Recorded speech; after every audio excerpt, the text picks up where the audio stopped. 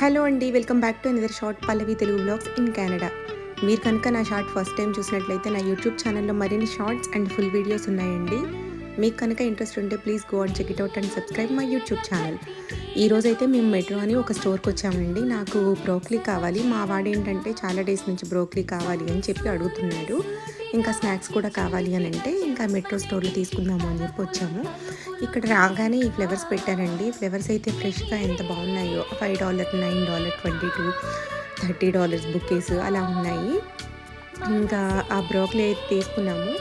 ఈ ఈ సెక్షన్ వచ్చేసి అక్కడ స్నాక్స్ సెక్షన్ అనమాట. దాని దగ్గరికి వెళ్దాము అని చూపిస్తున్నాడు. ఫైనల్గా అయితే అక్కడికి వెళ్ళాము. ఏమేమి కావాలో అవన్నీ షాప్ చేసాము.